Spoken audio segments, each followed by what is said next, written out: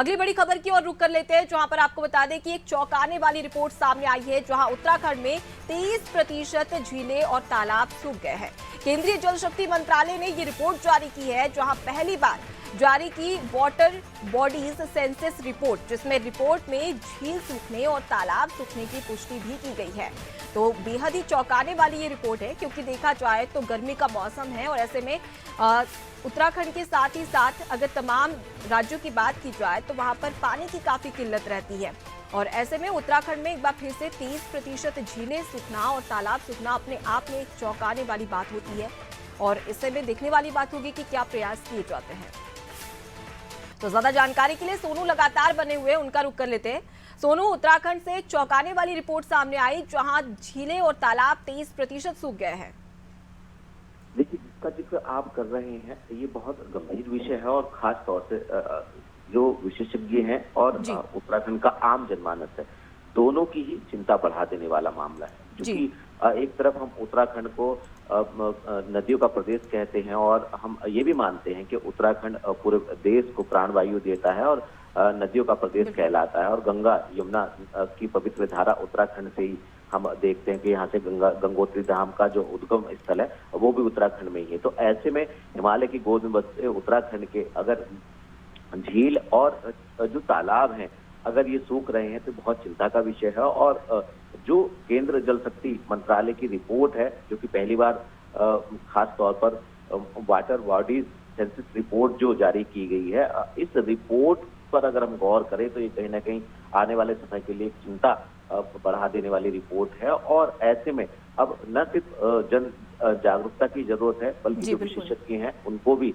अब शोध को आगे बढ़ाने की जरूरत है। और सरकार को भी इसको गंभीरता से लेते हुए जो उत्तराखंड की तमाम झील हैं या तालाब हैं या जो जल के स्रोत हैं, इन स्रोतों का पुनर्जीवित इनको करना कहीं ना कहीं सरकार को करना होगा, तभी जाकर के हम इस चिंता को कम कर सकते हैं। वरना आने वाले समय में पेयजल संकट हो सकता है। और खास तौर पर जिस तरह से पर्वतीय क्षेत्रों की भौगोलिक परिस्थिति है, उत्तराखंड में तो अधिकांश ऐसा भूभाग है जो जहां पर सिंचाई के साधन नहीं है, पर्वतीय क्षेत्रों में असिंचित भूमि पहाड़ी क्षेत्रों की होती है। तो ऐसे में कहीं ना कहीं ये चिंता और ज्यादा बढ़ जाती है। तो अब देखना होगा सरकार इसमें क्या फैसले लेती है आने वाले समय में, और जो जन सहभागिता है उसको बढ़ाने के लिए सरकार क्या रणनीति तैयार करती है। जी सोनू, प्राकृतिक सौंदर्य के लिए उत्तराखंड काफी जाना जाता है और ऐसे में ये रिपोर्ट आई है तो कहीं ना कहीं चौंकाने वाली बात है, क्योंकि झील, तालाब और पहाड़ों की वजह से उत्तराखंड की जो खूबसूरती है उसमें चार चांद लग जाते हैं। लेकिन अब क्या प्रयास किए जाएंगे राज्य सरकार की ओर से भी और साथ ही साथ उत्तराखंड की आम जनता के द्वारा भी, क्योंकि यहाँ पर सभी को जागरूक होने की जरूरत है, चाहे आम जनता हो या राज्य सरकार हो। देखिए, सरकार, राज्य की और केंद्र की सरकार, दोनों ही सरकारों को संयुक्त रूप से एक अभियान चलाने की आवश्यकता है। और ये जो हमारे झील और तालाब जो सूख रहे हैं, इनका कैसे पुनर्जीवित इनको किया जाए, इस पर फोकस करने की जरूरत है। और जो ग्राउंड वाटर लेवल है उसको कैसे बढ़ाया जाए, इस पर फोकस करने की जरूरत है। और साथ ही साथ जन सहभागिता को कैसे बढ़ाया जाए, इस पर फोकस करने की जरूरत है। तमाम ऐसे पहलू हैं जो आने वाले समय में इस चिंता को कम कर सकते हैं, खत्म कर सकते हैं।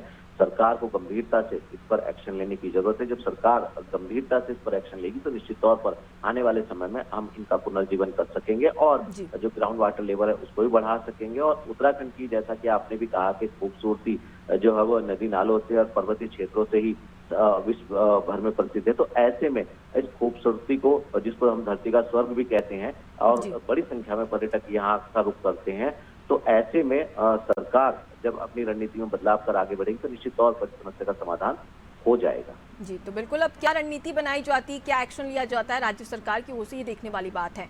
बने रहिए हमारे साथ, आगे भी आपसे अपडेट्स